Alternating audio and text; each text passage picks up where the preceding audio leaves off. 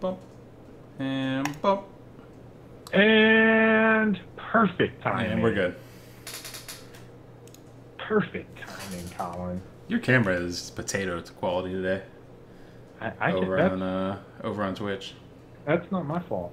It's that's a product of Time Warner, which should somehow manages to drop the ball despite connection, right? Both of us having Time Warner and living less than 20 minutes away from each other. We should be perfect. Tonight's show is going to be fun. If this is your first time at Frag Logic or your first time viewing on the show, this is run on shot live on both Twitch and YouTube. We talk about a lot of games. We are on episode number 67 this week. 67 weeks straight. Today we're talking about games that we played this weekend, some other gaming news. I have a new job. We'll be talking about that a little bit. Got some Oculus Rift stuff in there just because of this one app that I thought was... It's not really even an app. It's a actual physical thing that uses the Oculus Rift, basically another simulator similar to Omni. Got the Dota 2 Compendium sales popping off. Colin's going to explain a little bit about that. Lots of Microsoft news, dude. Ton of Microsoft news today, as a matter of fact, for the show. It's especially for the show so we can talk about it. So we're going to talk about that. Watch Dogs, Sunset Overdrive, and Unreal Tournament Comeback. We talked about it last week a little bit on our predictions. We get to talk about what we were right about, what we were wrong about, how close we were. I was pretty close. I think we were both. I mean, we both said pretty much spot on what happened. I called it like word for word on the day of the announcement. Yeah, right so, before. Pretty cool stuff. Also got a little bit of, Sony announced their E3 stuff. We got some Titanfall Expedition DLC dropping Thursday. Gonna talk about that. But let's go ahead and start off with the weekend gaming. I played, obviously, Titanfall. Didn't play a whole lot this weekend as opposed to last weekend. We had Mother's Day. I had family. Just a lot of stuff that made this week kind of busy for me in terms of playing for the weekend. But I did manage to get in a couple of games of Titanfall. I know you guys played some matches. Yep. I don't have any matches from the weekend, unfortunately, so I'm going to rely on Tense. Hopefully Tense comes through and provides us with some gameplay footage I can put up on Amazon or on my channel personally, whatever we want to do there. What's up, everybody in the Twitch chat? How you guys doing tonight? So yeah, played some Titanfall, played some more Spelltronic. Colin, I encourage you to try it out. I can't remember that. Says you can't beat her score. Oh, Spelltronic. Yeah, that one. Christy says you can't beat her score. The challenge is out there, guys. Christy, she's actually... So, a little bit about the game. It's a... I showed it last week, but it's a word puzzle-ish game where these little robots march down your screen as you're playing. I'm about to bring it up right now. And you have to spell words before they hit the exit. So I think it's Android only. It is Android only, so if you're iOS... So I can't play it anyways. You can't play it? Oh. Alright, so there you guys can see the words, and then let's see. It's pretty rare, too, for something to be Android only. So there's a word I just spelled, tell. And then you hit the little green button right there, pops you some points. So that is the gameplay. Christy has 100,000 something points. Now, it crashed twice. She had 80,000 or something like that. It crashed, and she had 102. But it's being developed by someone that I personally know. So I do want you guys to try it out. Check it out if you like those types of games. Highly encourage. It's $1.99. So try it out. But yeah, the other game I played this weekend was Minimum, and I actually purchased early access. Now, I got 2 beta keys, Colin. Someone gave me 2 beta keys to try this game out. Now, I had tweeted about it, I want to say back in April of last year. Right around the time I saw the initial trailer, I was kind of looking back at when they announced it. It was originally developed by Timegate, which I believe is the Fear guys, if I'm not mistaken. So Timegate had it. I don't know what happened. Well, they went under. They closed shop, and then Human Head and Atari picked it up. And from what I can tell, there hasn't been too much done to this game. Like, I think when Timegate had it, it looked like pretty much the same thing that we're getting now. But it's like a arena shooter with some MOBA elements, like gameplay-wise, and a bit of RPG stuff with the actual like armor and tributes and weapons stats and how they do that whole system. And from what I can tell, most of, if not all of the weapons, maybe, I don't know about the sniper rifle. It feels like you do have to lead the sniper, but there is one that I saw look like it was instant hit scan, which might have been one of the upgraded. But everything seems like it's projectile based, so if your aim is terrible, you're probably going to suck at this game. Or you can go the route of a lot of people and become a ninja, samurai wielding sword dude. I shit you not, I played a game around lunchtime, and I played this guy I was just dominating everyone in the room, but except for this guy. He kept sneaking up on me. It's OP as shit. It's OP as shit. He kept meleeing me. Like, he was killing all the other people on my team, and him and I were having back and forth. Now, here's the counter to him. Now, he was using this armor that gave him, like, super speed. Plus, when you have the dual swords, you already move faster. So it's basically like you're just zipping across the screen. But I had my shotgun that I was telling you about that, like, slows people down. So that was my only way I could kill him. So once I saw him coming at me, I would just shoot him a couple times with my shotgun, then switch to my burst hell rifle, tear him up, and he's dead. And that was my strategy. So he was the only game that really gave me some trouble with the melee. Everybody else, for the most part, aren't too bad. But yeah, the name of the game is called Minimum. Just came out today on Steam for $20. I might have a link. Hold on, let me see if I can find a link for you guys. Actually, you know what? Bigness says the sniper was hit scan? There's no way. He did say it was buggy. I had an awful experience because the first weapon that I built was the hipfire railgun sniper. And I couldn't, it was just awful. Like, shots not registering all day. Well, and then I couldn't, because I bought that, I couldn't get another one because I didn't have enough monies.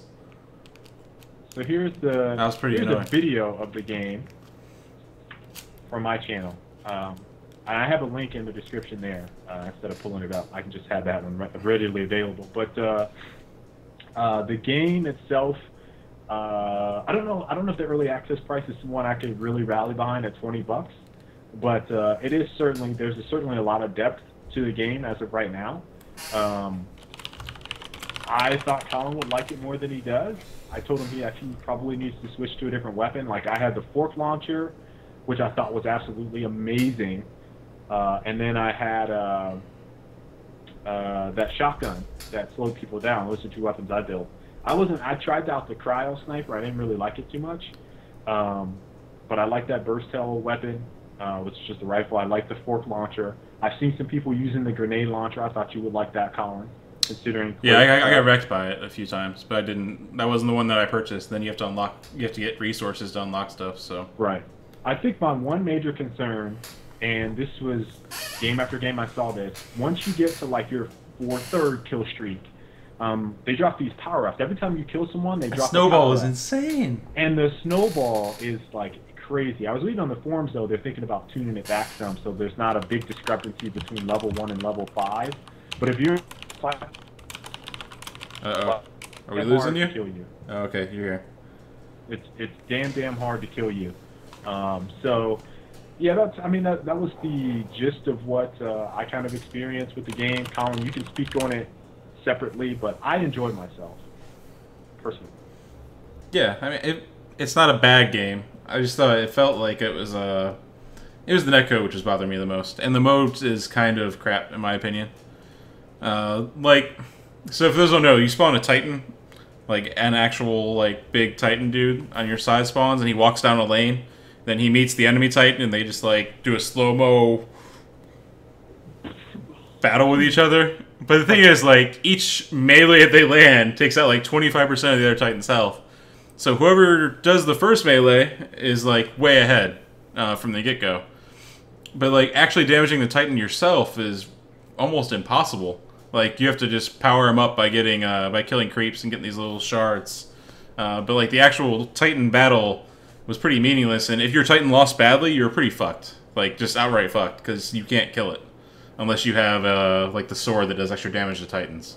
Yeah, there's a sword and an armor piece, like a headpiece. Yeah. That, so like I played against this guy that just did that. Like he just had his kit decked out to kill the Titan, and no one else in the match did. So it was just over. Like it ended on the first Titan. Well, come on, you gotta plan for that. There's no way. You gotta plan for that. And then there's this gold spider thing that you kill, and no one has any idea what it does. It's like it energizes your Titan. Yeah, what does that mean? It means it makes it stronger. Does it though? More damage. Yeah, it does. Like each hit does more damage. Does it though? It does, dude. It's I couldn't. Just like a power. It's just like we're playing Smite or Dota. That's the thing, is that you get the power up while the Titan isn't on the map. So like when the Titan comes on the map, you're supposed to accept the fact that he has extra power. Yeah. See, I didn't see any. There's no indicator. There's a glowing blue sphere around the Titan that shows which one is powered up and which one isn't. Okay. So it's like its core is glowing. I thought my Titan was getting his ass whooped even when I energized him. So I couldn't do anything. Couldn't do anything about it. And it's pretty close. Could, but you weren't prepped. You didn't prep. You didn't have that sword that does extra damage. Our Titan had more power up, and I energized that ass. You didn't have that sword from Final Fantasy VII that kills Titans. Yeah, the Cloud Sword. Yeah. No, but the game definitely has a lot of depth. I highly encourage that you guys check it out. I'll put a link in the chat where you guys take it out or check it out.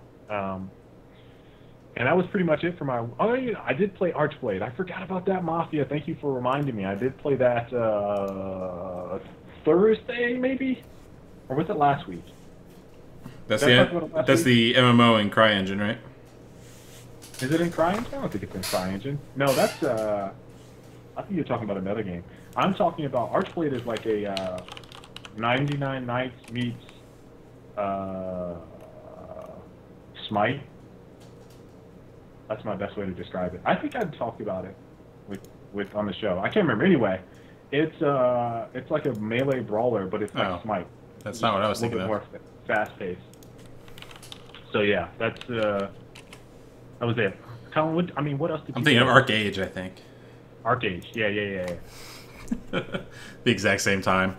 So I did Titanfall. Picked up this little mobile game yesterday. As you can see, it's just like a board game strategy puzzle turn-based thing called Hoplite. It's pretty cool. And mostly just Titanfall, though. And then still working on the Titanfall League. That's what I spent most of my Saturday doing. Okay. I think UMG is looking for some suggestions on ways to incentivize some people to participate in their ladder. On Titanfall? Yeah. Why would you when there's like 20 teams and all of them are playing GB? Just saying. Okay. It's hard. In the chat, I see some of you guys talking about Unreal. Yeah, Unreal's on the list. Watch Dogs discussion is on the list. Watch Dogs is actually a little ways down on the show. We'll try to blast through these as quickly as possible, but there's just a lot of news today, so bear with us as we kind of crawl through this. I'm gonna move on from Weekend Gaming and get right into new job. I'm at Epic Games. CM on Fortnite. So on Friday of last week, I formally announced. Now, obviously, this was when I was allowed to do so. I am leaving Edge of Reality and the Loadout team, and I'm going to Epic Games, and I'll be on Fortnite. I'll be the community manager for Fortnite, which is an upcoming action game from Epic. And so the last day, official last day at Edge is the May 16th, and my first day at Epic is May 22nd, so that's the following Friday. So right now, I don't know what you guys can see on the camera right now, but if you're on Twitch, you probably can see the boxes right here. And if I look over on this wall, there's just like maybe 40 boxes that we have of all of our stuff right now as we're getting ready to move. But yeah, thank you guys for the congratulations. I got a lot of people tweeting me saying congrats. I want to thank you guys formally on the show and let everyone know I am officially a part of Epic Games. and I'm pretty excited to start working on Fortnite. It'll be fun, interesting. Yeah, I'm excited for it. I know a lot of people probably have a ton of questions about different aspects of the game and Epic and you came when Gears is gone and all this. I mean, I don't know what I'm going to deal with when I get there, but it should be interesting. I'm just going to start tweeting you questions about the next Gears for the next 6 months. I'm going to do the Cliffy B Twitter approach. I need to actually look at my Twitter account because I am fairly certain. Hold on, someone said that I can't hear KL, but I can hear Colin just fine. Just me. I don't know. That might be just him. Anyway, there was someone that tweeted me, if I can find it, asking me about the Gears. Literally the day I was like, "Hey, I'm joining Epic Games." Like, it's like, sweet man, that's awesome to have you working on Gears. The third or fourth tweet was like, "Oh man, that's awesome! Congrats! Can't wait for you to get in on that new Gears of War and give all the input and all that stuff. It's gonna be great. Gears of War is great. It's gonna be awesome now." And I'm like, "Dude, you're gonna be. Hey, Epic doesn't even have Gears." I can't remember if I responded to that guy saying that. Hold on, I gotta look at my main account to see if I can find it. But yeah, I'm expecting quite a bit of the Gears stuff. It's hard to escape it. Bear with me while I find it. Just want to find it. So from a content standpoint, I do want to mention this. There could be a couple things that change on the show, and I like being pretty upfront and honest. We kind of critique games. Not really. We don't really critique it, but like we're not a review site. Like we do talk about games, but obviously critically, Epic does have a lot of relationships with developers. Obviously, the Unreal Engine is a big part of that. And I don't want to make it seem like I'm going to shy away from topics, but obviously sometimes I think we're just going to avoid certain discussions. Even if you guys are asking me to talk about it, I have to, in this case, have a lot more conscious effort to avoid certain topics, and I'm just letting you guys know up front, like sometimes I won't be able to talk about stuff. Typically, and if I use Bravo as an example, he's now working for 343 and Microsoft. Like he had to basically shut down his YouTube channel and basically do all types of content for them. I am in the fortunate situation where that's not the case, but I do have to be really conscious about obviously representing or misrepresenting Epic and the studios that might, use their engine, and then they would get upset about something. Oh man, he said that our game needs to do this better. Who the fuck does he think he is? So, yeah, so you just need to be careful about, things that we say, and I just want to be upfront, honest with you guys, like always, about stuff. So, there we go. That's out the way. And I think Colin and I kind of talked about this before. Like, I mean, he works for Certain Affinity. I work for Edge. The Edge had some similar stuff, not quite as harsh.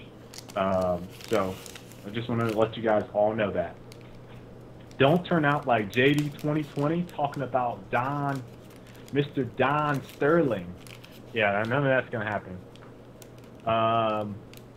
So yeah, I mean, I'll answer any questions.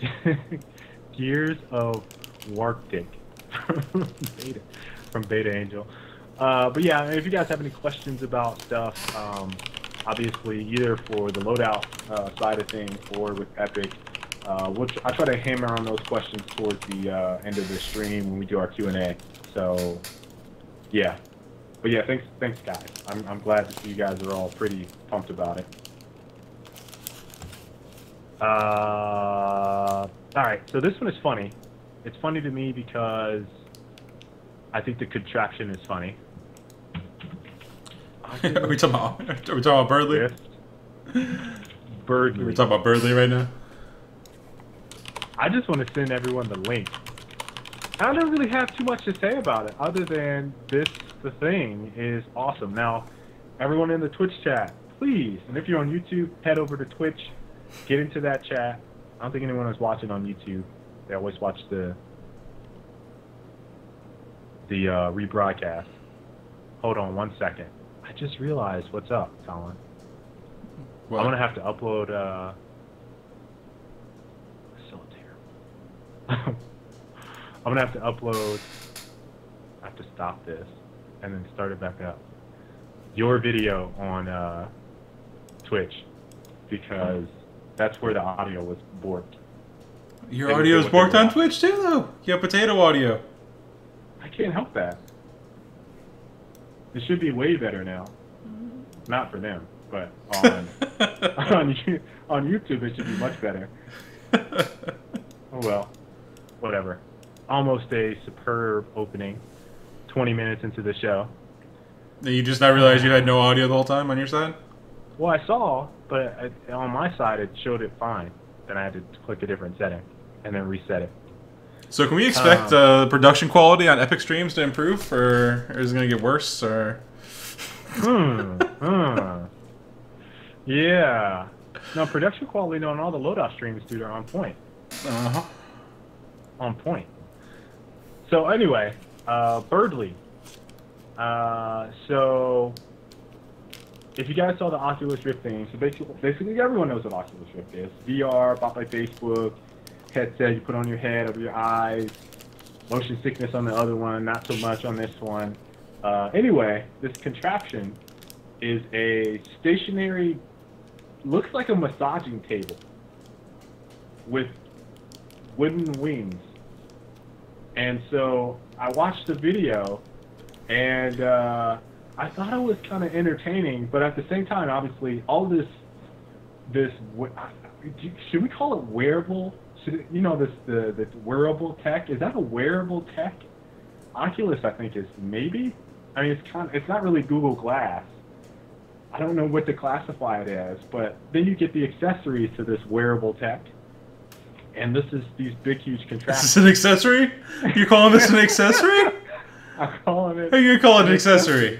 It's like a steering wheel. That's like saying the accessory to my train ticket is the train. Like, how are you gonna even say that? The accessory costs like $5,000. It's an accessory. It's a luxury item, Colin. Wow. It's for the enthusiasts. You accessorize your Oculus Rift with a bird costume. It's for the enthusiasts of the world. Yeah, so if you check the video, the guy's like laid out on this like table pneumatic lift contraction, and he's like flapping his wings, his hands, in order to fly the bird. And then there's the funniest thing is the fan attached to the front, just blowing in the guy's face the whole time. So to really sell the fact that he's in the air. It's a peripheral. No, it's an accessory. It's more than that. It's so much more than that. It's not a peripheral. It's an accessory. It's to accessorize your life. Oh man. So yeah, check out the video. It's interesting. Birdly. I also saw on like the same vein there was a video on Polygon or Kotaku. I can't remember where the hell I saw it this week, but it was these guys snuck a Oculus Rift onto a roller coaster. Roller coaster. And then there was the model for the roller coaster was built out in the game or whatever. And they basically flew through they were on the ride while watching themselves on the ride in space. It was completely ridiculous. So, that's all that was in reality. To the next step, Colin. Next step. The next step is overcoming reality with reality. Birdly. I hope you guys love that link. I thought it was awesome. Birdly. The other big news this week, Dota 2 Compendium was announced and released on Monday, I think it was. And my God, the numbers. It's insane! What's crazy is that I think that we had started the show a little bit before they announced the Compendium last year, so we were maybe 10 episodes in or something. Yeah. And at the time, I said the Compendium was the best idea in gaming in the past couple of years. You know, that was what I definitively said. And I still stand by it. The Compendium is so freaking cool. And this year they gave you the ability to level it up by purchasing more stuff, basically. And then you get more items and that kind of thing. So those don't know, you purchase a compendium. It costs $10. It's an in-game item for Dota. It has like pages with all the team rosters, and you can do predictions and fantasy, and you get items for it. And now you can level it up and get more items. But the big thing is $2.50 of the $10 goes right to the prize pool for the international. Oh yeah. So they started off with a $1.6 million prize pool, which is already huge. And then they've built upon that. So they're currently at $4.4 million for the prize pool. $4.4 million. And the crazy thing, and the reason that I say it's one of the greatest gaming ideas of recent times, is that that adds up to... Hold on.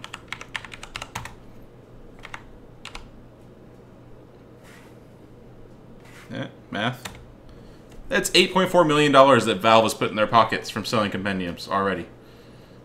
So you subtract the $1.6 million, they've made $6.8 million from compendium sales. That's already counting for the prize pool. Prize pool is completely paid by the fans. Now here's the prize pool keeps going up, right? So it's gonna keep going up. They have stretch rewards. How do they divvy it up? It's percentage based, but they haven't announced percents yet. So if it's going off last year, it's already like, I think 1 or 2 million, something like that. Divided by 5 players? Yeah. Man, you want to talk about making some serious dough. They've already worked out the math. Like, it's really close, but whoever wins, their winning alone from this one tournament will put them ahead of J-Dong on the all-times winning list for esports. So it'll be at the very top, first place, for all 5 of them. And that's without even... That's no other prize earnings ever before. Like, they'll, in one tournament, have matched the prize winnings of a StarCraft player that played in Korea at the peak of StarCraft and is still playing today and winning tournaments. And it'll put them ahead of him in just one tournament already, and it's still going higher. It's going to break 6 million, I think. And this is why I feel like, and we talked about this on the show before, like, this is the way that sales... in-game sales purchases should go towards tournament sales, and you see how large it can get if you have a following like this. Like, this is unbelievable. Yeah. Unbelievable. Like, to put it in perspective, when we played our Gears tournaments, there was, I think, $10,000 on the line at each tournament. Is that right? Something like that? Maybe 12. First place was... First was 8, second was 4... So yeah, it's like 13.5, I think, was what it was. Sounds right. At each Gears event, which had like 100-some teams, maybe 1,000, 2,000 viewers, maybe even like up to 10,000 at the highest. That's being generous. We would have killed to have just like $10,000 extra into a prize pool. Yep. And that's so trivial to them. Like, I've seen it go up $10,000 in like 30 minutes today. Insane. Yep. Absolutely insane. So, it's why cosmetic items need to be addressed. Like, you can't be a snob about it if you're a competitive gamer. You shouldn't be a snob about competitive or cosmetic items ever. Just shouldn't be, because that can come back to you if you let it. It's just like, if you encourage it. Yeah, I mean, like Counter-Strike, right? Like, Counter-Strike has boomed. Counter-Strike's boomed.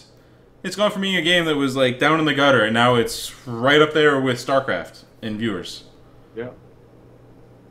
Like, it went from like 5,000 viewers for a tournament to 100,000 in a year and a half of the new game and cosmetic items and pushing sales and keys going to tournament prize pools. Like, it's insane. It's worked for 2 games. 2 games in entirely different genres and different cases as well. So, like, it's clear that it works. So if you're a competitive gamer, I don't see why you could ever complain about free-to-play. I'm 100% behind it. Like, 4.4 million. I'm sorry. Like, there's nothing you could tell me to be like, yep, that's the wrong way to go. By the fans, by passionate people who are going to tune in for the tournament too. Yep. So, I mean, the thing is, you have to have a game to rally that behind. Oh yeah. And obviously, Valve can supply that. League of Legends is another one. StarCraft. So all of those are really important, I think, to kind of help with that. But man, that's ridiculous. Ridiculous. Yeah. I'm feeling like if Call of Duty needs to go ahead and try to tack onto this, they can't. It seems like they had the fan base to do it. I'm sure the players wouldn't be upset. All they got to do is start pointing at what Valve is doing. Just did some DLC with some weapon skins and stuff. Yeah. Optic weapon skin with money going to prize pool. Yeah. All right, so I'm gonna go ahead and switch this over to Watch Dogs instead of Xbox One stuff. Okay. Watch Dogs, 1080p. This is back on that discussion, 60 FPS. Remember we had this? We kept having this discussion before the launch of the consoles. Now it's rearing its back up, ugly head back up again. Did they drop the underscore in Watch Dogs? I don't know. Whatever. No, they didn't. I'm rolling with it. Do you have the under? No, I think they did. I'm just whatever. no underscore for me. I'm rolling with it. Okay. You can't just change the name of your game. Just saying. So Watch Dogs on PS4, Sony went out and confirmed that Watch Dogs was 1080p 60 FPS on the PS4. And then shortly after, I want to say within the span of 10 hours, they removed the specs. So 1080p 60 FPS is not listed on Watch Dogs for Sony for PS4. Now, the question that everyone has kind of raised is the game actually 1080p 60 FPS? Did they pull it off? What's the deal? I'm not gonna. I don't even care about that. Like, all I care about is a good game. I know for some people that matters. My question is more about, if I was going for specs, should I buy this on the Xbox One, the PS4, or if I have a PC, go for PC? It seems like, I mean, the obvious choice, if you were a spec person and you really cared about specs, you would go PC every single time, right? Yeah, the flip side of that is that I don't have any friends really on the PC that will be playing this game. I think everyone that I would, I mean, I do have friends that play PC, but I don't know if they're going to play Watch Dogs. But my core group of people will probably get this on console. So for me, my decision doesn't even have to revolve around the specs. It's more about where my friends are going to be playing the game, and if they're even interested in the game, I think is my ultimate decision on whether or not I'm going to get Watch Dogs as a title. By the way, I'm going to get it. But do you feel like this discussion even matters anymore? Like, does it matter to you if it's 1080p, 60 FPS, particularly for this type of game? And I'm going to pose this question to the viewers, too, because I want to see what you got, how you guys feel about it. I think 60 only matters if it's multiplayer, personally. But yeah, it definitely plays better, but I don't think it's a deal breaker. Chat's saying it's 30 FPS for PS4 as well, by the way. 30 FPS? Yeah, but it's 900p versus 729p on Xbox. On Xbox? Okay.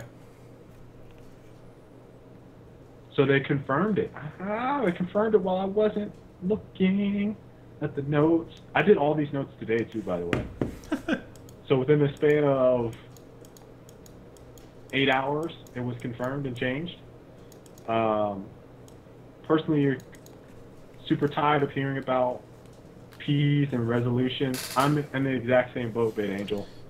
I'd say that. But then I play Titanfall and it runs at like 40 FPS sometimes. And it sucks. So normally I would be like, yeah, I don't care about I don't care about the graphical side of things, but the frame rate stuff is what is more concerning to me. I think that frame in rate multiplayer, like single player, obviously, I think single player you more tend towards the resolution. Okay, yeah, I would say frame rate for me is pretty important, but again, it's genre based. Like, if I'm playing, what is a good example that I wouldn't care about? What's the next gen title that I have? Rise for me was more visual than FPS, but I could see frame rate being an issue there in some parts. But Rise will be my example where I just wanted that game. It looked gorgeous. It played well for what I wanted at the time. FPS didn't really matter for me, so that's a good example I can think of where I agree with you. Titanfall is a game where if you're not hitting that 60 FPS benchmark every single minute, every single second that I'm playing, it is it can be detrimental to gameplay, especially if you get a noticeable drop in your frames as you're playing, right? That sucks. So definitely, I think for shooters, but Watch Dogs though. Yeah, I mean beyond that, like sometimes the resolution isn't even indicative of the texture quality or like how the game actually ends up looking on the console. Like a lot of times, there's all sorts of tricks that modern games are employing where it doesn't really even mean anything. Like in the end, you have to look at what the bottom line is. But I mean, like if you're buying based on like minute differences in graphics, then buy a PC. Like if a slight difference in graphics is enough to make you go crazy, then buy a PC, hook it up to a TV. Like if that's enough of a problem for you, then I don't know how you could possibly be a console elitist and be like, oh, the PlayStation is 100p higher in this game, so I'm gonna purchase on PlayStation. That's why PlayStation's better and that kind of thing. Like, the argument's moot, you know? Like that's exactly where I'm going with this. Like, if you're buying it for specs, why is there a constant battle between? And I understand, like, I don't own both yet, but I will. But I understand like why it matters, like a pride thing. Like, I'm a Sony guy, I love Sony. But if you aren't playing with your friends and you're specifically bragging about games that are on single player or are heavily focused around not playing with other people, and you're sitting here talking about specs, if it's on PC, like, it's gonna trump you every single time. So just get a PC, and then you could be PC Master Race all day. Like, you know what I'm saying? If like specs is your main agenda, then go PC. But if you're in it for the experience and you want to be with friends and you want to have this social experience, then I'd say it doesn't matter what console you end up picking it up on. Go where your friends are. You know what I mean? So that's what bothers me about it, is like I see this constant. And I was reading through I think it was IGN's video today. I think it might have been Daily Fix, and they were talking about this. And so I was reading through the comments, and of course, people rambling on Xbox, people talking about PC, Sony, and then you got the PC people, and they're like, you guys are all idiots. Like, I mean, it's the same thing forever and ever and ever since I can remember, consoles and PC thing, but I just get like, it's so tiresome. It's so tiresome. And I wonder, Colin, if the same people that are making the PC versus Xbox or PC versus consoles or system versus system arguments, like, let's say they're in their 40s, are they the same guys that have been talking about this like 20 years ago? Like, were they the same dudes like, man, your console sucks, I'm this, and then like they just kept doing it? Yeah, like, I don't know. Don't you grow out of that? Does it get old? No idea who's doing it anymore. Does it get old? That discussion should get old at some point. Like, stop. Just stop. It's annoying. Anyway, I popped in the 101 trailer for Watch Dogs in the chat. I watched that also today. It actually came out today. So if you haven't seen the 101 trailer, if you're on YouTube and you're watching, you can pop in on the Twitch chat. I popped it in there one more time. To 9 minutes, I think, of talking about the game. They talk about the campaign. They talk about multiplayer. They talk about some of the mods. I don't know if you saw some of the mods, but there's basically a mod where you become a mechanized. You know when Spider-Man turns into the spider in the comics? Okay, if you're a Spider-Man fan, and I kind of you have just disregard him. If you're a Spider-Man fan and you remember when Spider-Man actually turns into a spider, a literal spider, as he's mutating, then there's a mod in there or whatever, or they call it apps, where he's like tripping on LSD or whatever, and so you become a giant mechanized spider with Gatling guns for its like fangs. And so you can like climb on buildings as this mech spider and hop on people and blow stuff up. And then there was another mod where you're tripping out on LCD in your or LSD in your LSD, and you're shooting at like 8-bit aliens, and they're like floating around in space, and you're shooting at them. And then there's another one where it's like the zombie apocalypse, and you're getting chased by these crazy demon police cars, like you're in Knight Rider, and you're getting chased by demon police cars, and you're flying around the city running over demons. Yeah, It's all kinds. It's all types of stuff, Colin. Like you don't even know. I don't know You apparently. don't even know. There's so much stuff I figured out from or found out in that video that they have in this game. But there's a lot of interesting stuff. I plan on getting Watch Dogs on PC. Visually, that's where it looks like the game is going, and that's what I'm looking for in that game. PC experience. I don't think Colin is going to get it. Tense might get it, which means I need to get him to buy it on PC. That way I have someone to play with and hack. So yeah, there we go. The whole game is the Matrix. I agree, bae. And Colin and him and I were talking before the show, and we're both like, every gameplay trailer we see, we sit there and we go, man, that looks looking more and more like Grand Theft Auto. Yeah, I'm showing some gameplay now. Would you show? Would you? Seriously. Colin sitting there showing that GTA gameplay. Yeah, I'm just gonna do this. I'm just gonna do the quick cuts. I'm sorry, guys. I mean, there's no GTA 5 on PC, and so for me, I want GTA 5 on PC, and this looks like the next best thing. So I'm not gonna lie, like it looks heavily influenced by Grand Theft Auto. It's open world Chicago. Obviously, the hacking stuff is gonna be a little bit different, but if you're expecting something else, I mean, from the shooting mechanics I saw, from some of the missions, from some of the multiplayer modes, it looks like it's going to be very similar. So it's going to be hard to shake that for me personally. It's not a knock on Watch Dogs. What's up, Xbox Day One? I'm having too much fun with this. All right. Okay, there's probably no tennis in Watch Dogs. I will. It's probably not going to happen. No, I wouldn't be surprised. I bet you can go to a tennis court and they showed you could play games, like you play poker. Poker was something I saw you could play. Really? Yeah, you could. So you can do biking and poker. It's all good. So Colin, you got everything. Back into the cameras and look at your opponent's cards.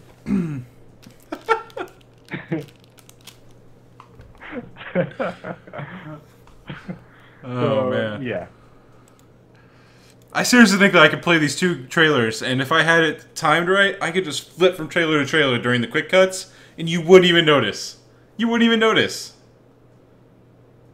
You wouldn't even notice if I just had this set up correctly.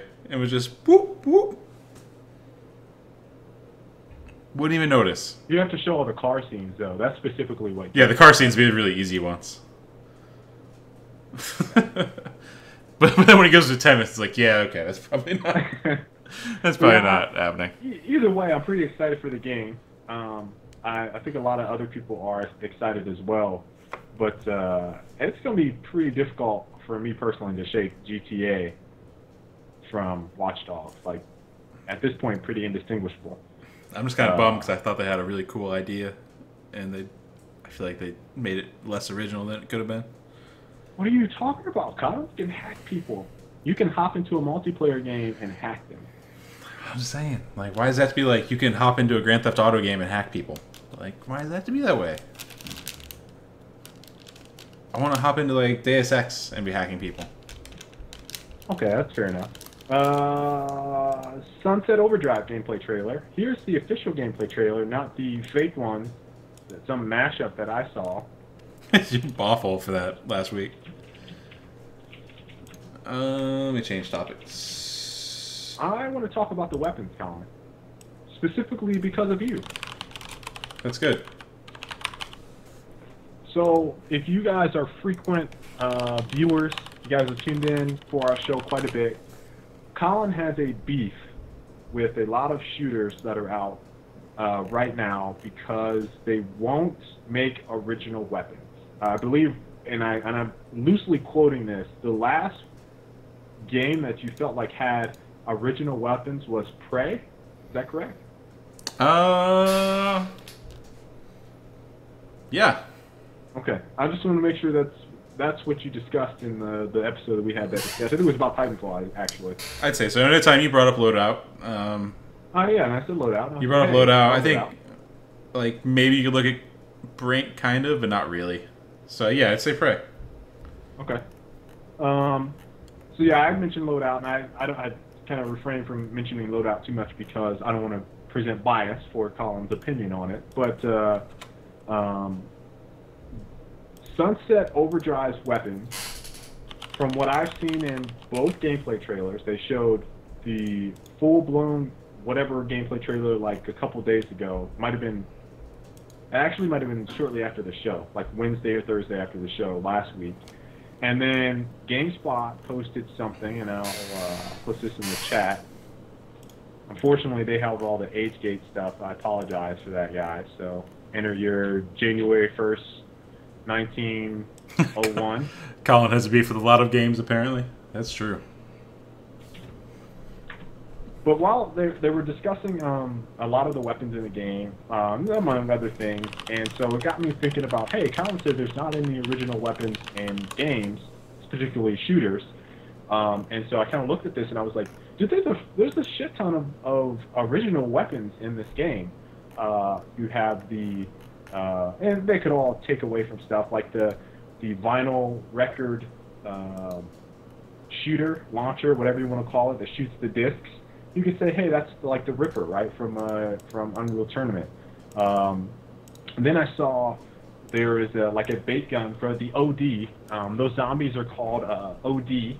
And you guys want to know more about the backstory, we talked about it a little bit last week. But Fizco is the company, and we were kind of speculating on this, but we said that the zombies look like they had, I'm sorry, I want to call them zombies. Mutants, I believe, is what they want to call them. The mutants. They're zombies. Call them like you see them. The orange, pus-filled OD, or I'm sorry, Overdrive Delirium, I think is what the name of the energy drink is called, filled with these things because Physico released this energy drink and it basically mutated the population. So all of these OD are hooked on this energy drink, and so I saw one weapon where he shoots it on the ground as like a bait, like what is the Dead Rising 2 shoots like the flares or whatever. Yeah, there's some kind of bait thing in the most recent one. I can't remember what it is, but yeah, all the zombies huddle towards that, and it's some type of bomb that you make on there, and then it goes off. But this is something similar. I found like the more I looked at the weapons and the understanding of it, and I listened to another thing. I've been listening, really trying to find out all the information I can about this game, but I listened on something about from Polygon. I want to say his name is Matthew Everett, maybe. That might be out of my ass, but I feel like his first name is Matt. No, it's Matt McKeverell, or McKeverell, something like that.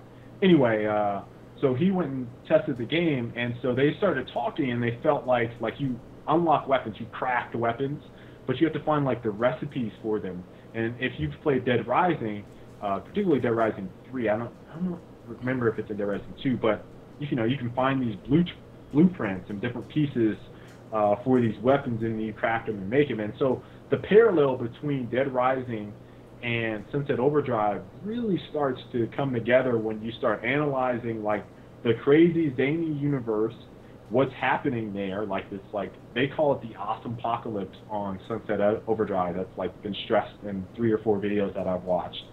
And then Dead Rising is like the zombie-filled, have fun type of crazy, wacky weapons to kill all these zombies.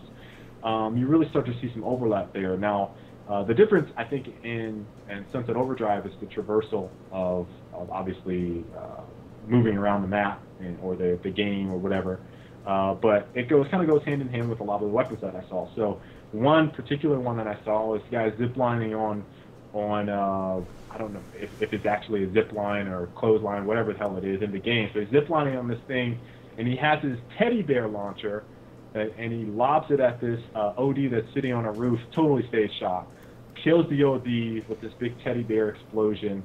And I was like, man, everything about the weapon design looks really awesome. So yeah. From my perspective, if they manage to put even a fraction of these into a multiplayer environment, would this be a game, after that long monologue of describing everything, would this be a game, Colin, that you would finally say, man, they got some really original weapons? Yeah, if they play well with multiplayer. My only concern with the weapons is that there's a good possibility that they're more targeted towards clearing out like groups of enemies, since the game is very much like Dead Rising with lots of mutants everywhere and taking out mutants and open world running through the city kind of thing. Where the good thing about most arena games is that there's a mix of precision stuff mixed in, you know? Right. So you'll have your AoE space clearers, but you also have some precision weapons mixed in. So that's my only small concern. The weapons all seem cool. Like, there's explosions everywhere. There's lots and lots and lots of explosions. Yeah. So, I mean, yeah. I'm just concerned from a multiplayer perspective that it's not their focus for the game. I think it's going to be like a co-op, open world type thing more so than the multiplayer focus. I think I agree. From my understanding, though, they've said that it's not like a... I want to say it's not like a single-player co-op experience. They said that the multiplayer experience is going to be very unique. That is the best way I can describe it. But from the weapon design in there, and here's some other stuff about it. You can unlock amps, which seems like they tie into some of the weapons. So, for example, in one of the... I think it's the gameplay trailer that I showed. I don't know which one you showed. Do you show both of them, Colin? I showed the one from earlier this week, and I'm just about to show the other one from today. So the first video that you guys saw over on Twitch, there is a tornado bat. So he's like, I think it has an amp on it that does like some wind thing, but as you swing your bat, there's a tornado that comes out from it and it does like wind damage to the OD. So the amps add this extra type of layer to the gameplay. I saw one weapon where it looked like it was shooting sparkly fireworks or something like that. I saw one concept that had like this huge dynamite strapped rocket launcher. So, I mean, everything seems really crazy, really over the top. And the amps seem like they're going to add even more to that idea of being kind of out there, irreverent, have fun type feel, rock out with your cock out type of thing. But one of the things is they keep mentioning this is like you can jump and then fire shoots out from your feet as you're jumping, right? So you can burn EOD. I think I mentioned that or seen that mentioned in about 3 trailers or something like that so far. So what you guys can take away from this if you want to think about Sunset Overdrive's weapons. One, it seems like you're going to have to find some of this stuff through recipes that are probably scattered throughout the world. I don't know how in-depth the crafting is. From the Polygon video I saw, it seems like it's not super in-depth, but it can be. There are amps that are going to add to and unlock certain attributes to the weapon. So like I said, a tornado bat, jumping up and shooting fire from your feet. And everything's going to be really crazy. Oh, another weapon I saw, there was a harpoon-looking concept weapon in the second video that you're showing towards the end. I want that harpoon. That's going to be a skill shot right there. Harpoon sniper. I miss the old days of PDZ with the AK bayonet. That was pretty cool too. You remember that? Perfect Dark's an example of how you can have some unique weapons without like doing sci-fi. Yeah. They had some cool stuff in Perfect Dark. They did. There was also there was a portal type weapon. So you shot one thing, made a portal, you shot something else, and at least I think, and you came through the other side. So yeah, lots of stuff, lots of cool stuff there. And for those of you guys that don't know, this is an Xbox One exclusive title. So it's probably their first big exclusive, I would argue. Yeah, I think I would probably. I mean, like you could say Titanfall. Titanfall's also on PC. On PC. And it really probably did pretty similarly on the 2, I would think. So I would definitely agree with that assessment. This may be one of the biggest exclusive titles we're going to get for Xbox One this year. If not Halo 5 announcement and release date. If that's this year, then that'll be another one. But there's not too many original ones, so yeah, I'm definitely looking forward to this. And I hope you guys are pretty excited about it too, because it does look a hell of a lot of fun. Yep. And now, I think we're gonna pop off at about 9:30 for this show. It's not bad. That's what I'm shooting for. Xbox One.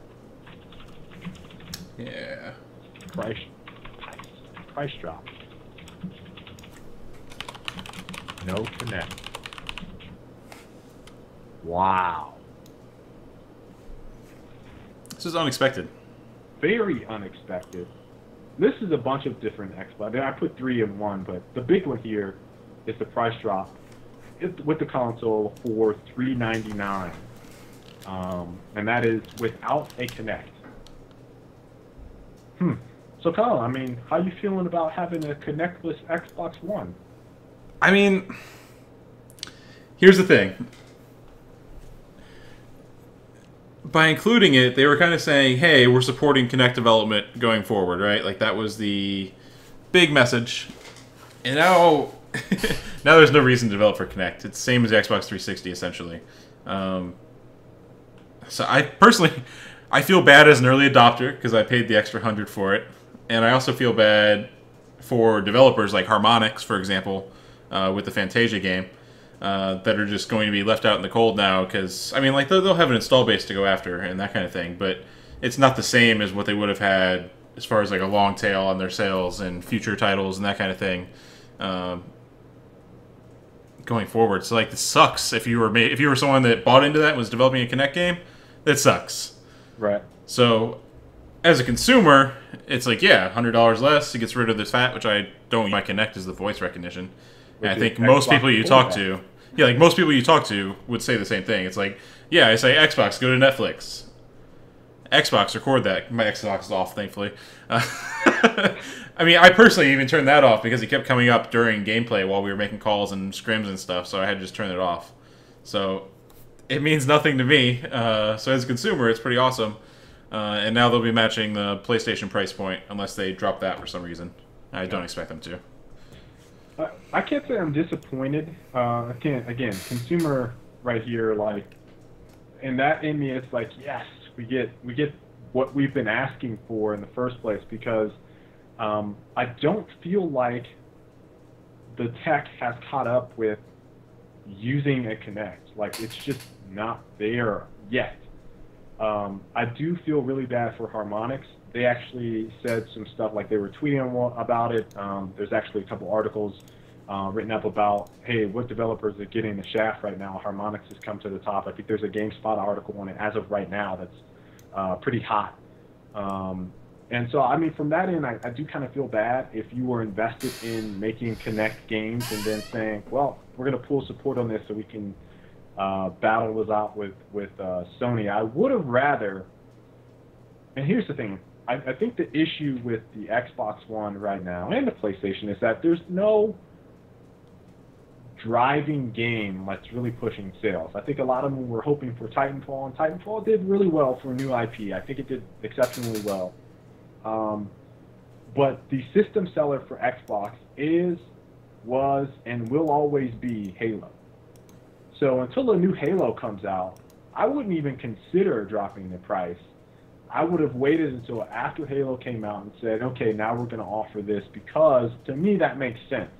Now, Phil has done a fantastic job. I mean, like I said, he's come in there, a lot of sweeping changes we're going to talk about, but I would have rather waited to see if a killer, super killer Xbox One exclusive title like Halo would have driven the sales of the system to an area that I feel is fitting. Because I feel like if you are not adopting if you're not moving over to the Xbox One and you're holding on for dear life on Xbox 360, Halo 5 is going to be the game, if you're a Halo fan, that's going to push you over and make you buy the Xbox One. Would you agree with that? Sure. I mean, like you say that they should have waited for that to see if Kinect was viable. But I mean, like, would that game have to have used Kinect? No, I'm not saying that. Like, I guess, like, there was that, no hope on the horizon for Kinect, realistically. Here's like, what Fantasia was all the Kinect has coming in the pipeline.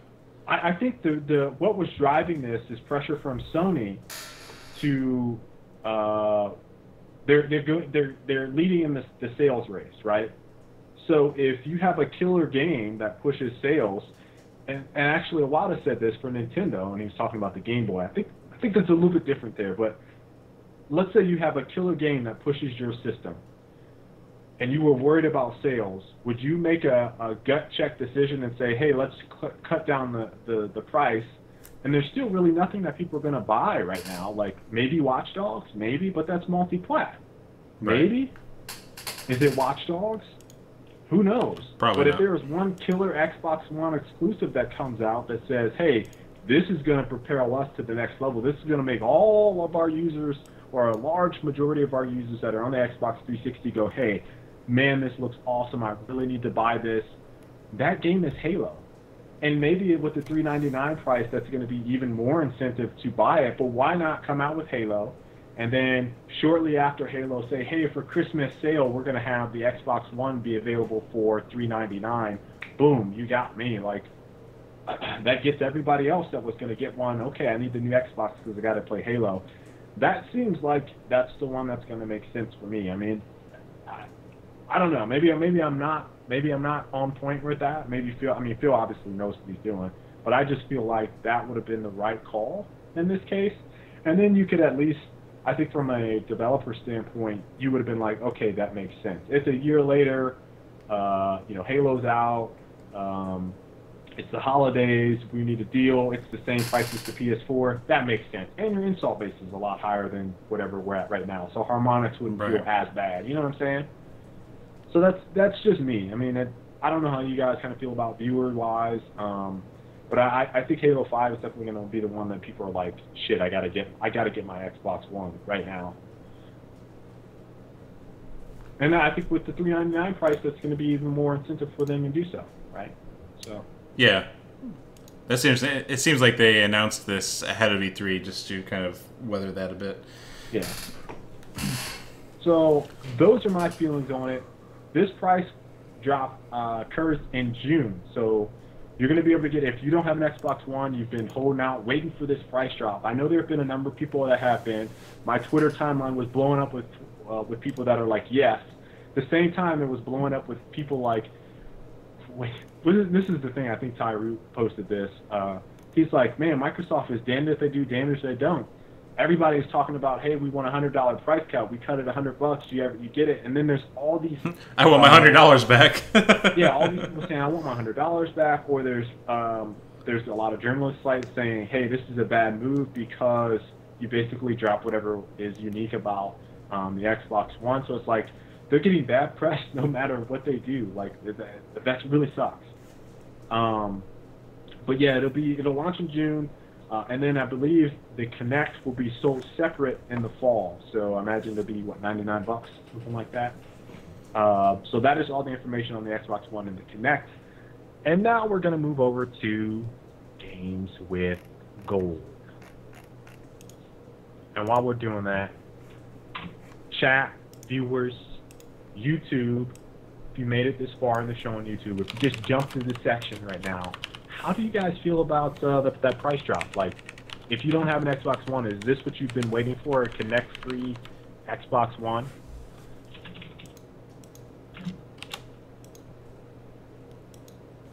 Games with gold.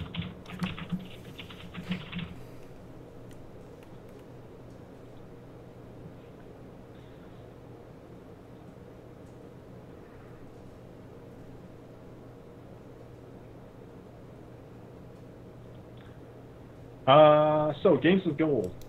Colin.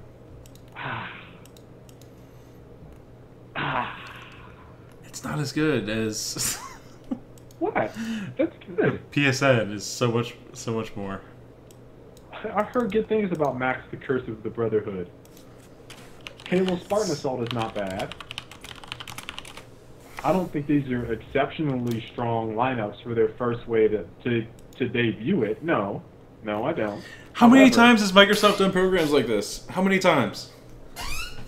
This has to be at least their third attempt at doing something like this. What? They already do this on the Xbox 360. Like their third attempt at kicking this up again. It's been. What do you mean kicking it up? It's been going. It hasn't stopped. But it's been on the Xbox 360. Do you remember any of the games they've had as free?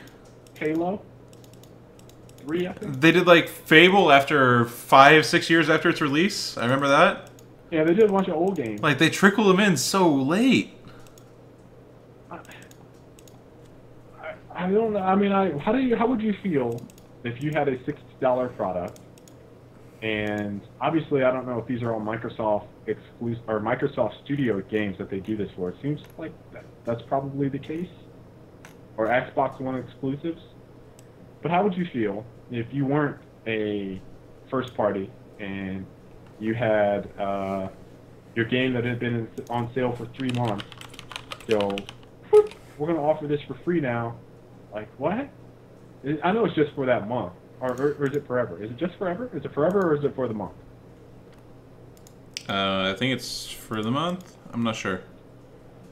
Can someone confirm in the chat if Games with Gold is... Yeah, you just pick it up during the 2 weeks or whatever that they have it. Okay. I don't know if it's actually... Because it wouldn't make sense if it stayed free forever. It made sense if it was for that period of time. That's what PSN does, though. Like, you keep it for your duration of your PSN account, I believe. Games with Gold is forever. Thank you. Yeah, once you get it. But you can't go back. There's no back catalog. Thank you. PSN is not. Really? Okay. I thought it was.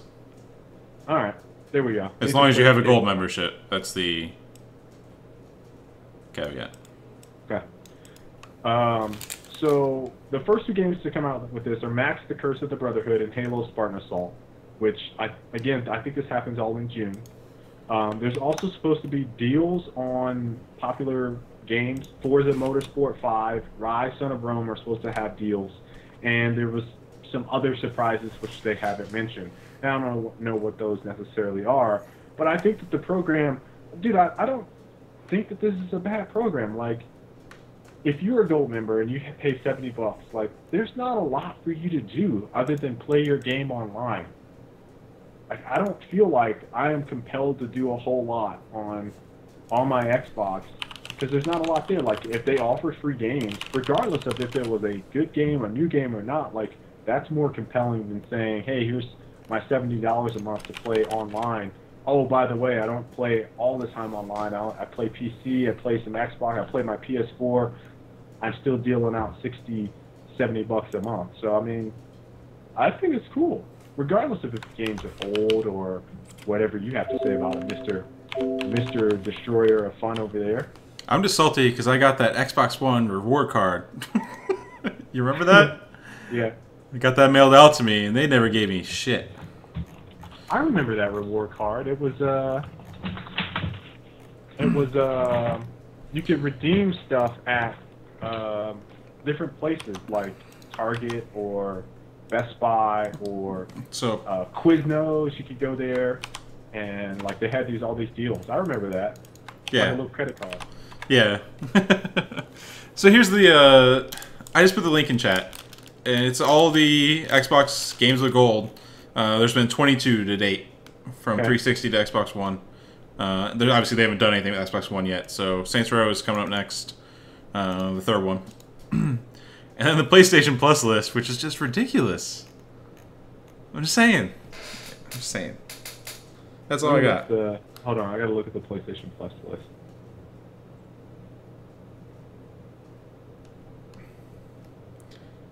Like, they do 2 games a month with games with gold, and like one of them is usually awful.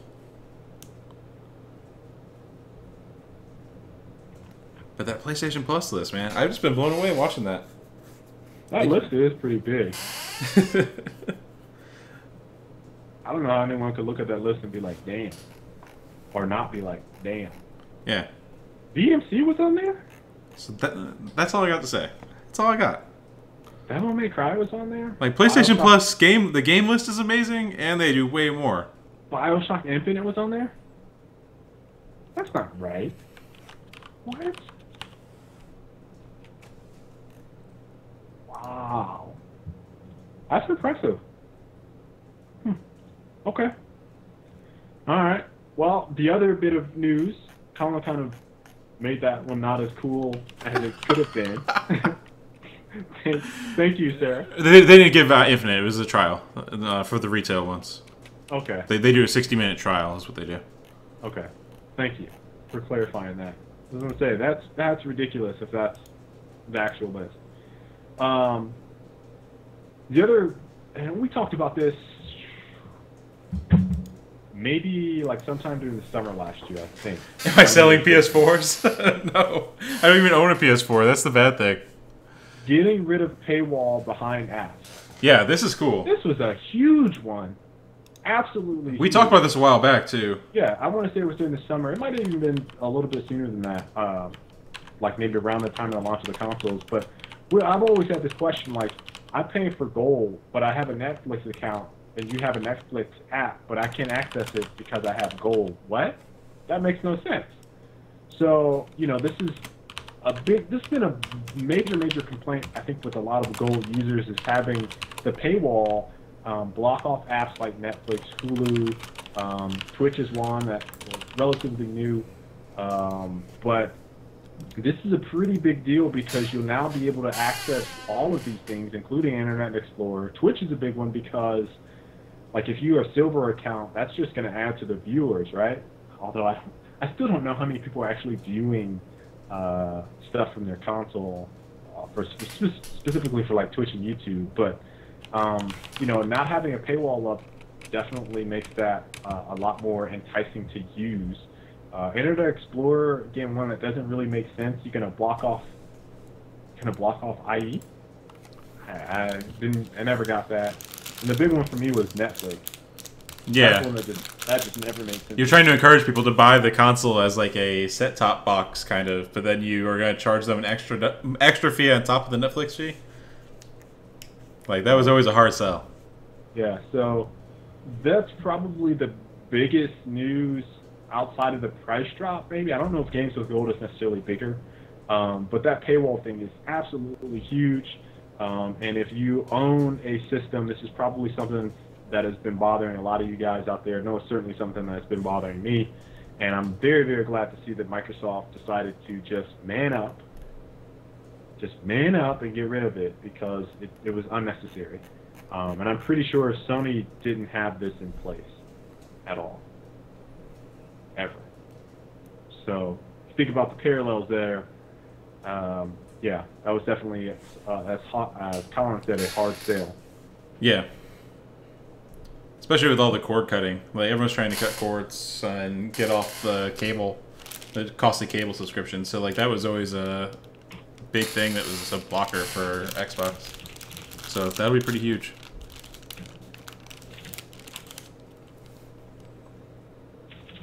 I'm changing this to Unreal Tournament with UE4. It's going to be weird talking about stuff from Epic now.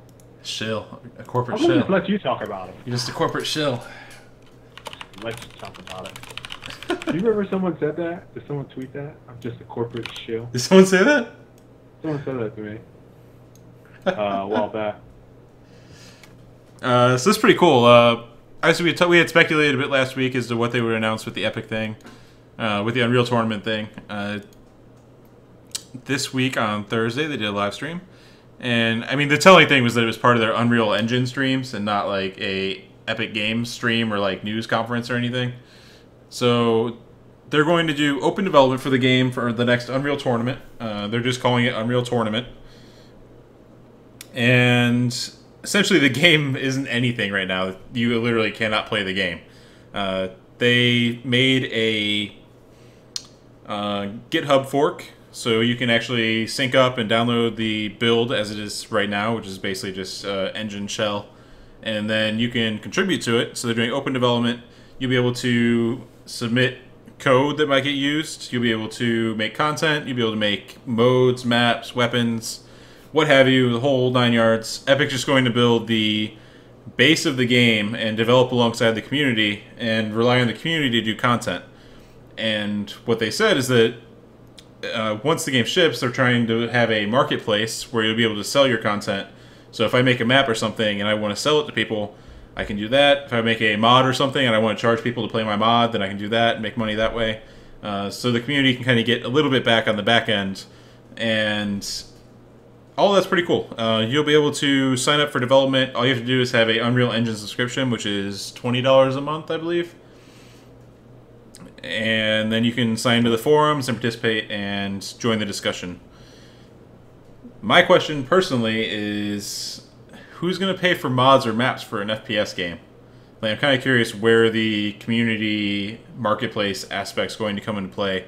I don't see a ton of opportunities there personally, and they're relying on the community for a lot of the work to make the game. So I think, like, as a fan of the franchise, being able to give back and like build up the game for the community is cool. They definitely have to answer some questions at the end of how they're going to let those people that committed all that time be able to make something on the other end for their time and effort. You don't think people will buy maps? I mean, how would you handle that? What do you mean? Would you buy it for a server? Perhaps. Or would individual accounts buy it? Would everyone in the game have to buy a map? A specific map to be able to play on a specific server that's hosting that map? Probably. Like, there's some ways that, like, Counter-Strike handles it. Counter-Strike will just, like, do special... Like, you can select it in your hopper list, and then it goes through the hoppers. But if there's hundreds of maps, it gets pretty convoluted really quickly. So, I mean, think about... I'm just trying to think about how Bungie does it with their... Or, not Bungie, Halo. With their... Like, you just download it, and then you can play it on your own little server, correct? right. So through Forge, for the Forge community. Does only the host have to buy it? Commando. Like, it's way different. It'll have to be a unique system. And I don't know, like, having a big open marketplace could just cause a ton of issues in that regard. So I think it'll be interesting to that end. I'm looking, I think, more for, like, artist cosmetic stuff. I think it's probably going to sell well. And I don't know what cosmetic stuff they're going to have, but that makes sense. There'll probably be skins and stuff similar to Counter-Strike. I don't know why that was... Does that get... So, like, the answer to the questions then are, do all those get loaded in by every player? Does everyone see them? Is there censorship for it? Is there any kind of, like, approval process? Is there a quality bar that's required? Can you pick up other people's weapons and see them like you can in, like, Counter-Strike? I would probably... I mean, if you go, let's say if you have an open marketplace, I don't know, I don't play enough Counter-Strike to know how they do it. But I would imagine if you had a popular item, I would do it like any other app store or whatever. The popular ones get voted up and it goes to the top. So if you have something that's popular and it's selling well, you would highlight that. I mean, then you have like a new category that's just released. You have a hot ticket item, or you have a one that's possibly like specific people. These are what the devs use, or this is what PewDiePie uses. And not that I particularly play Unreal, but you know, have like figures in the community, what they're wearing, what the pros are using, stuff like that. So I think with that way, that's probably how I would do it. And monetizing it, I mean, if it's cosmetic, you want to show everybody. Like, yep, that's just how you do it. You want to show everybody. So, but with weapons on mat, you can't really. That's true. So I mean, there's all sorts of different challenges that will be unique to Unreal, which you couldn't really have with like Counter-Strike, which is the only other game that's done first-person cosmetics well. I think I can pretty definitively say that. It's the only game which has been successful off of it. And it could be character cosmetics, but if it's... And then you have to worry about all sorts of limitations to it, yeah. Right, so, I don't know. Yeah, that's a lot of interesting stuff there. But obviously that's all way down the road. Until then, it's going to be like, hey, is the community interested in developing the game in their free time, pro bono? And thinking about it, Colin, if you run over the weapon or if you pick up the weapon, as soon as you get it, if it's on that character's INI file or whatever, as soon as you load in, like its default color by default on the server, you run over it, you pick it up, it switches to the color, and then everyone else sees, oh, that's his color weapon. Right? Yeah. So, that's how I'm thinking about it being done. I'm excited for it being free. Yep, entirely free. I forgot to mention that. Entirely free. So if you haven't played Unreal, and this is not me, you guys know I've said this before, I've even worked at Epic, so don't even try to say corporate shield, none of that bullshit. I don't want to hear it. I have said that Unreal is my favorite shooter of all time So if you have not played in Unreal, oh my God, you need to get into Unreal. Let me whoop your ass a couple times. We can still be friends. I'll still love you. Let me whoop your ass a couple times. This is the one shooter where I legitimately have played every single one in the entire franchise from start to finish, from campaign, start to finish, campaign. Every aspect of it, all the maps. The only one I kind of got sketched out on was UT 2K3 and some of the mods on that one. UT 2K4 I played a lot of stuff with the mods, a little bit, but I kind of with UT 3. But the rest of them, like Gung Ho, probably 700, 800 hours in every single one. So if not more. So yeah, UT has been a golden just nugget for me. It's been the best ever, Colin, ever. Trump your Quake. Quake is so much... Poop all over it. Quake is better. I'm looking forward to posting a thread over on the forum saying that they should switch to the Quake armor system. No, don't you do that. You know that armor system was clunky as hell. All you're gonna do is make people get. It's gonna be a Quake versus. You've seen the Quake versus. You have to pick up. I know you have. I know. Oh man, I can't pick up this leg armor because I already have leg armor. I have to go get the helmet armor from all the way across the map. I don't even want. Oh man, then my leg armor took a bit of damage. Oh, I have to go get a chest armor. Just gotta stack it, man. Just gotta stack the armor. I'm gonna make that thread. This is community driven. I am part of the community. I will be my voice. Get my voice. Whatever. Anyway, UT back. Should be Glorious fun. Day. Should be fun. Especially, it was kind of weird because Epic like explicitly said at GDC they're not working on Unreal. Like 4 or 5 months ago, I think it was. Yeah. GDC was in March. Sorry. Yeah. So it was really recently, and maybe that was true because the game isn't actually developed at all yet. So maybe that was the case. Like, yeah, we're not working on Unreal. We're starting working on it in 3 months with the community. Get your facts straight. You're working on Unreal. Bomb game type. Bombing Run was already in there. Bombing Run was the shit. That is the bomb game type for Unreal. Did you provide that link so that Mr. Corporate Shill over here, if you want to get involved? You make me show for you? That's messed up. No, not that one. Not that one. That one? The one at the bottom. Want to get involved. This one here. Just make me shill for you. I see. I'm not shilling. You posted that. You're not shilling. You're just highlighting the thing in the doc for me and prompting me to paste it. I see. So yeah, if you're interested, guys. If you're interested. And that's actually the Unreal Engine sign-up link, so just FYI. Now what are we on, Titanfall? This is you, Colin. This is real short. So, here, we'll go do this. If you guys have any Q&A topics, go ahead and hit up chat right now. If you have any questions, thoughts. I'm just going to talk about this real quick. Maybe roll the trailer real quick. Wow, if I can spell. Expedition. That's a hard word. Yeah, kind of. Definitely. Hold on, we're gonna make this happen. Edition DLC? Alright, we're dropping a space. Whatever. Someone on Armadillo said Sunset Overdrive is all auto aim. To me, it looks a little slow. It's not exactly what you said for the show. Yeah, I didn't want to prompt you. I wanted to be proud that everyone got that on their own. Needs to be faster. Specifically because I played Titanfall, and like they have wall running and zipline in back-to-back scenes, right? In the trailer. Yeah. And both of them, like each of them, were slower than the Titanfall equivalent. Wow, I cannot find this trailer. Did Epic approach you, KO, about the job offer? Can't talk about that. It was.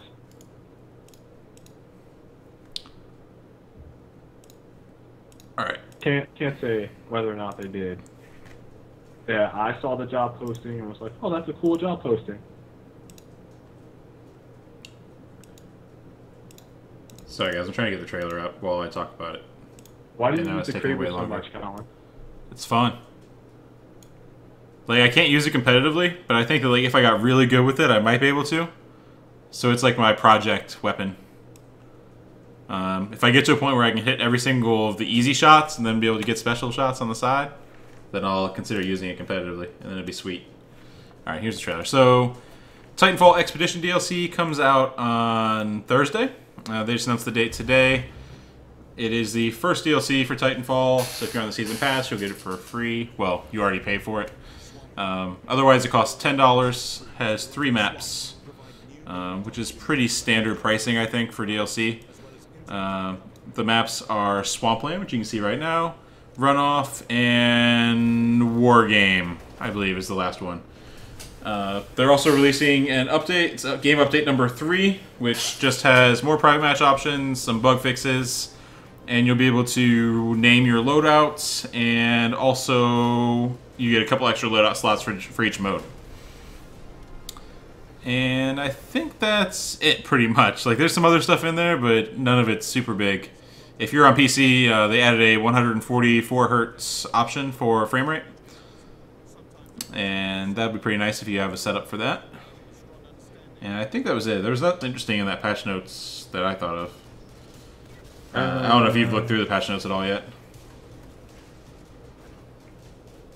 It's private match options. The private match options are cool, by the way. They're not like the normal options. Like, they're letting us adjust Titan shields, even Titan rebuild time, which is something which I have been talking about really early on. The 2-minute rebuild time is so damn fast in competitive play. I just feel like they've done too much. The only ones I would have done, like, I don't like that they've changed like the health values. No, that means the competitive guys are going to be trying to make all these weird ass settings. The only one I had a problem with was the Titan build one. Both the starting time and the rebuild time could probably be tinkered with a little bit. But other than that, I would have left everything out there, because now we're going to be in a situation like Halo, and every day I'm going to dread trying to play somebody's broken ass, fucked up settings that they make that they're like, oh, these are so competitive. And it's like some shit that doesn't make sense and doesn't resonate with the rest of the people that are actually playing the normal base game. Stupid. It's all about that hard mode, though, Kale. Put grunt lethality up to max. Put your health at half. That's that gauntlet. Big just gave me a link to Archblade. The studio is shutting down. Well, not shutting down. They're not releasing any more updates. How do you feel about Cobrush letting go of it after due to cost? Dude, Big. I talk about this all the time. Like, I don't think people realize how much of a struggle it is for indies to maintain servers, costs, pay their staff if a game is not doing well. So there are tons and tons and tons and tons of games out. I think it sucks to hear that about the game, considering I just started playing it a little bit. But I can't say that it's like not expected. Like, it happens all the time. That really sucks, though.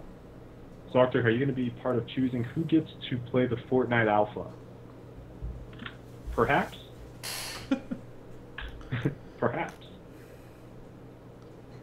Did you guys see the leaks that came out? I'm referring to the two about MS and Sony that sounded interesting, not the one that was garbage.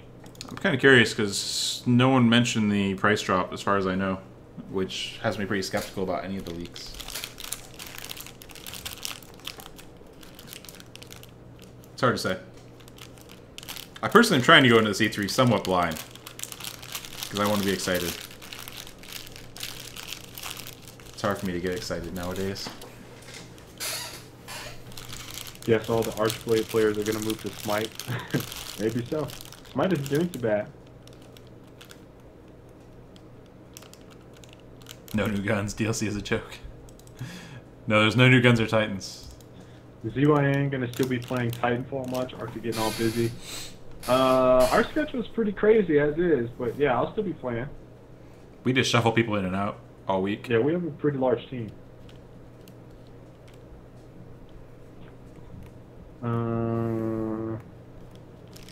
Dre, you missed all of it. It's every single bit. All of it. And we're even going an hour and a half late, like later. Are you going to be part of choosing who gets to play Fortnite Alpha? Hams, I will be a part of that process, more than likely. I imagine it's going to be a lot more automated than me selecting who's going to be in and out. But yeah, I'm sure I'll be able to do some of that. Will you be able to YouTube streaming when you start the new job? I will be able to stream and post YouTube video. Normal content schedule won't change, although some of the stuff on the show might change in the future. We've talked about how Titanfall can improve itself, right? I'm sure we have. We covered a lot of TF, especially after release. Yeah. What type of camera am I using? It's like a $20 Logitech webcam. Skyllus, where do you work? I work at Certain Affinity.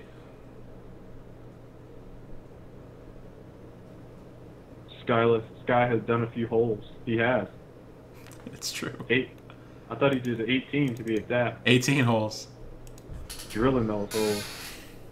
I don't know about drilling. Driving them, though. How much of a difference? Driving them and chipping them. And putting them. What do you think of the Division will show at E3 this year? It has to be gameplay. I'm hoping gameplay. I want to see them emphasize the multiplayer aspect of it, because I don't think they've done a solid job of it yet, and that's a pretty big selling point. All mods should get a Fortnite.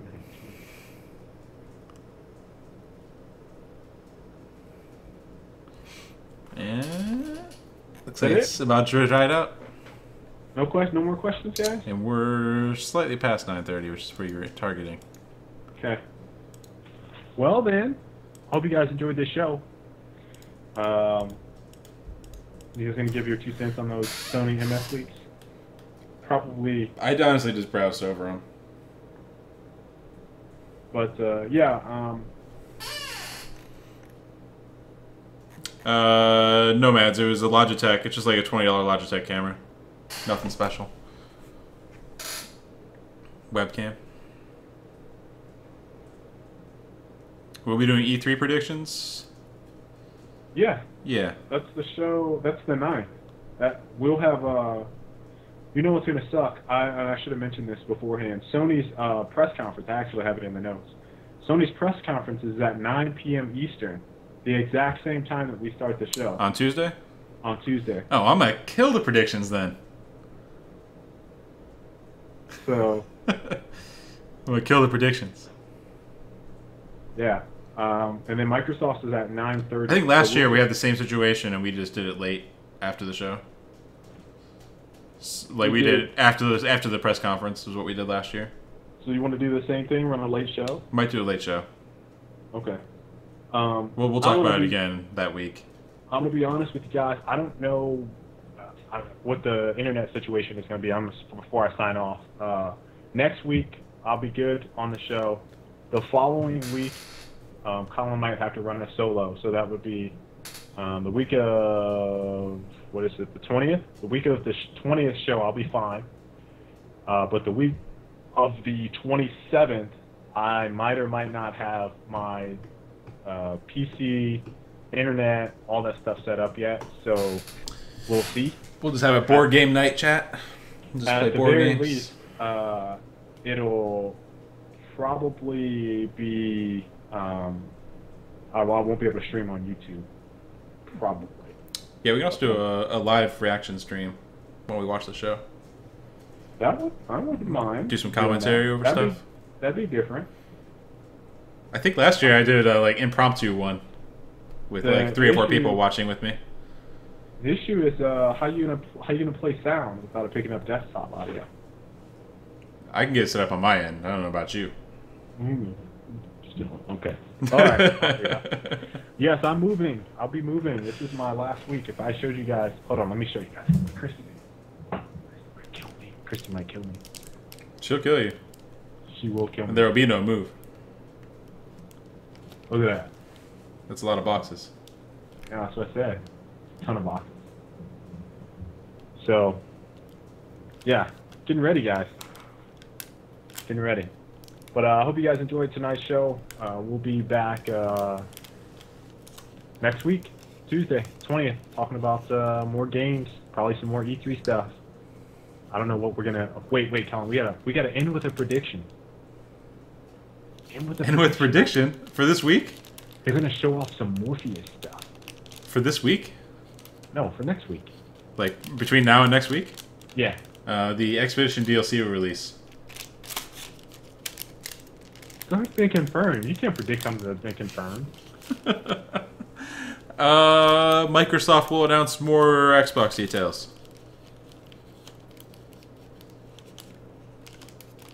Okay, I'll go with that.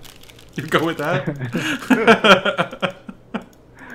All right, guys. We'll see you guys next week. All right. Have a good week, guys.